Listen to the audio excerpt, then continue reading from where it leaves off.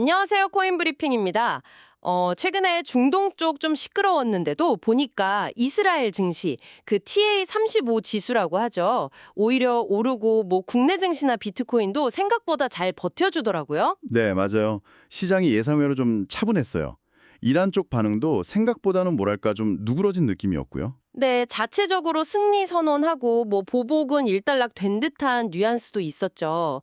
그래서 오늘은 뭐 단기적인 이슈보다는요, 좀 더 긴 호흡으로 이 7월하고 8월 이때 유독 많이 몰려 있는 경제나 암호화폐 관련 이벤트들 그리고 그 뒤에 뭐가 있을까 좀 큰 그림을 보려고 합니다. 뭐 당장 오늘 밤에 트럼프 일가 중대 발표 얘기도 있긴 한데 아, 그거요? 네, 근데 에릭 트럼프 트윗 보니까 뭐 암호화폐 관련은 아닐 거라고 딱 선을 그었더라고요. 그래서 일단 그거는 좀 제쳐두고 이 중장기적인 흐름에 집중하는 게 좋을 것 같아요. 네, 그게 더 중요해 보입니다. 그럼 본론으로 들어가서 왜 이렇게 7, 8월에 중요한 일들이 몰려 있을까요? 이게 우연일까 싶기도 하고 뭐랄까 좀 짜놓은 것처럼 보이기도 하는데요. 첫 번째로 짚어볼 만한 게 그 지니어스 법. 스테이블 코인 법안이죠. 이게 왜 그렇게 중요한 건가요? 네, 그 지니어스 법안이요. 단순 규제 그 이상이에요. 지금 상원 표결 앞두고 있긴 한데 아마 최종 통과되고 대통령 서명까지 가려면 말씀하신 대로 한 7월 중순에서 8월 초, 그 정도는 봐야 할 것 같습니다. 이게 중요한 이유는 결국 스테이블 코인이 제도권 금융 시스템 안으로 들어오는 뭐랄까 발판이 되는 거거든요. 아, 제도권으로 들어오는 길을 터준다. 그렇죠. 전통 금융사들이나 빅테크 기업들이 이제 본격적으로 스테이블 코인 시장에 들어올 수 있게 되는 거죠. 그렇군요. 또 하나 중요한 게 은행 규제 완화. SLR이라고 하죠. 보완적 레버리지 비율, 이것도 여름에 예정돼 있다고요. 이건 어떤 효과를 기대하는 건가요? 네, 에세라 완화는 은행들이 국채를 좀 더 쉽게 사들일 수 있게 해주는 거예요. 그러니까 국채를 살 때 자기 자본을 덜 쌓아도 되게끔 부담을 줄여주는 건데 이걸 두고 뭐 스텔스 양적 완화, 그러니까 숨겨진 양적 완화다 이렇게 보는 시각도 있죠. 아, 은행을 통해서 돈을 푸는 효과. 네, 스카페센트 같은 분석가는 이게 올 여름, 그러니까 딱 7월, 8월쯤 시행될 가능성이 높다고 보고 있어요. 은행들이 국채 매입 늘리면 그만큼 시장의 유동성이 공급되는 효과를 기대하는 거죠. 흥미롭네요. 근데 갑자기 SAC에서 솔라나 현물 ETF 승인 가능성을 언급한 것도 좀 의외였어요. 그것도 3주에서 5주 내. 그러니까 또 7월, 8월이잖아요? 맞아요. 그게 좀 그렇죠. 이도리움 스테이킹 ETF도 아직 계류 중인데 왜 하필 솔라나일까 싶기도 하고 자료 보니까 스테이킹 기능이 포함된 상품이라고 하던데요. 네, 그게 중요합니다. 그냥 현물 ETF가 아니라 스테이킹 기능이 붙어 있다는 점이요. SEC가 관련서를 수정본 내고 30일 안에 피드백 주겠다고 했으니까 뭐 시기상으로 보면 7, 8월 승인 가능성이 충분히 있는 거죠. 이게 통과되면 앞으로 다른 스테이킹 관련 ETF들한테도 중요한 어떤 신호탄이 될 수 있어요. 그렇군요. 스테이킹 ETF의 시작점이 될 수도 있겠네요. 그리고 마지막으로 중국 같은 나라들에 대한 관세 유예 조치 끝나는 시점도 공교롭게 다 7월, 8월에 몰려 있다는 점도 짚어주셨어요. 뭐 협상 여지는 있겠지만요. 네, 그렇죠. 공교롭게 다 그 시점이죠. 그래서 이 모든 이벤트들이 왜 특정 시점에 이렇게 집중될까? 이걸 두고 이제 분석가들 사이에서는 더 큰 그림이 있다는 얘기가 나오는 겁니다. 더 큰 그림이라면요?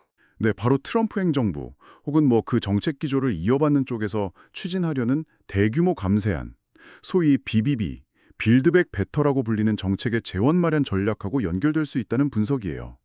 스캇 페센트 같은 사람들이 주로 주장하는 내용이죠. 아, 그러니까 지금 얘기한 스테이블 코인 법안이나 SLR 완화, 뭐 관세 문제 이런 것들이 그 자체로 끝이 아니라 사실은 그 큰 감세안을 위한 자금 마련 수단일 수 있다? 그런 분석이군요. 네, 그런 관점입니다. BBB 핵심 내용이 뭐고 돈은 또 얼마나 필요한 건가요? BBB의 핵심은 개인소득세 깎아주고 법인세는 21%로 영구 인하해서 소비량 투자를 늘리겠다는 거거든요.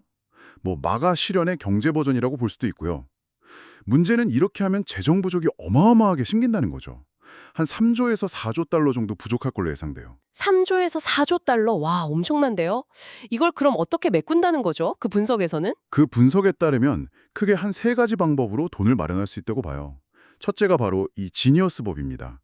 스테이블 코인 준비금을 전부 미국 국채로 쌓게 유도해서 이걸로 한 1조 달러 정도로 확보한다는 거예요. 지금 스테이블 코인 시장 규모보다 훨씬 키우려는 의도가 보이는 거죠. 아, 스테이블 코인으로 국채 수요를 만드는 거군요. 빅테크들이 들어오려는 이유도 그거랑 관련이 있을 수 있겠네요. 그렇죠. 둘째는 아까 말한 SLR 규제 완화. 이걸로 은행들이 국채를 더 많이 사게 만들어서 또 1조 달러 정도로 확보하려는 계획이고요. 그리고 셋째는 경제 성장입니다.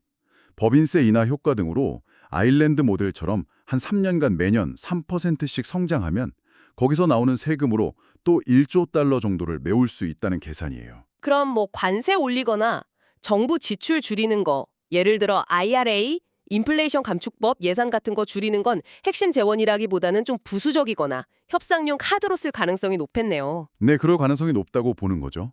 그래서 일부 리서치 회사들이 관세 효과를 좀 보수적으로 한 10% 정도로 잡는 이유도 거기에 있을 수 있고요. 종합해보면 결국 우리가 주목해야 할 7, 8월 이벤트들은 그냥 개별적인 것들이 아니라 BBB라는 큰 정책 목표, 특히 그 돈 문제 해결이랑 아주 밀접하게 연결돼서 돌아가고 있을 가능성이 크다 이런 얘기네요. 그렇습니다. 뭐 이 BBB 계획이 실제로 성공할지 어떨지는 모르겠지만 중요한 건 이 과정에서 암호화폐, 특히 스테이블 코인이 핵심적인 금융 도구로 뭔가 역할을 부여받고 또 수혜를 입을 가능성이 커지고 있다는 점이에요.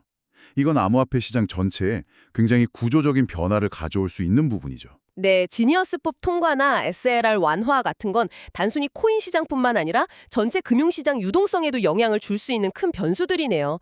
정말 단기적인 가격 변동에 너무 매달리기보다는 이런 구조적인 변화의 흐름을 잘 읽는 게 중요해 보입니다. 맞습니다. 그래서 지금 시장 상황을 뭐 단순히 코인 시즌 끝났다 이렇게 보거나 너무 단타에만 집중하기에는 고려해야 할 거시적인 변수들이 꽤 많아 보입니다. 네, 오내연 살펴본 것처럼 이렇게 거시경제 정책이나 규제 환경이 암호화폐 시장하고 점점 더 깊게 엮여 들어가는 것 같은데요. 네, 청취자 여러분께서는 이런 거시적인 변화의 흐름이 앞으로 암호화폐 시장의 장기적인 방향성에 과연 어떤 영향을 미칠 거라고 보시는지 한 번쯤 깊이 생각해 보시면 좋을 것 같습니다.